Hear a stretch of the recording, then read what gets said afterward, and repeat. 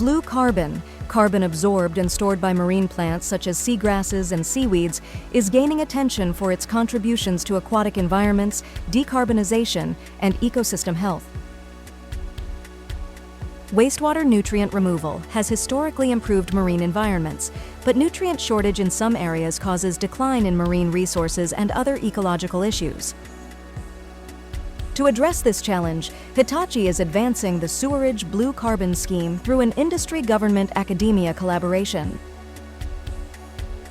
The Sewerage Blue Carbon Scheme uses advanced technologies to optimize nutrient levels in response to ocean conditions, supporting the regeneration and expansion of blue carbon ecosystem. We are developing Blue Carbon Utilization Support System from nutrient supply planning to operational performance evaluation.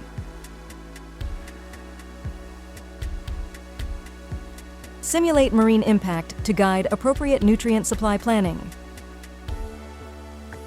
Scenario-based simulations enable the assessment and verification of how nutrient supply influences marine environments. By switching scenarios, we can verify how the impact differs across coastal areas for each supply plan.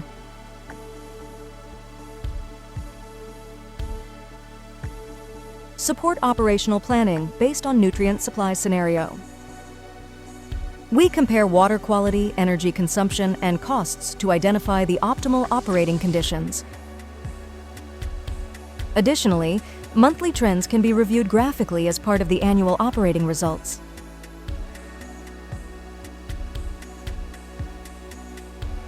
Support timely operational decisions via proposal based on environmental risk prediction.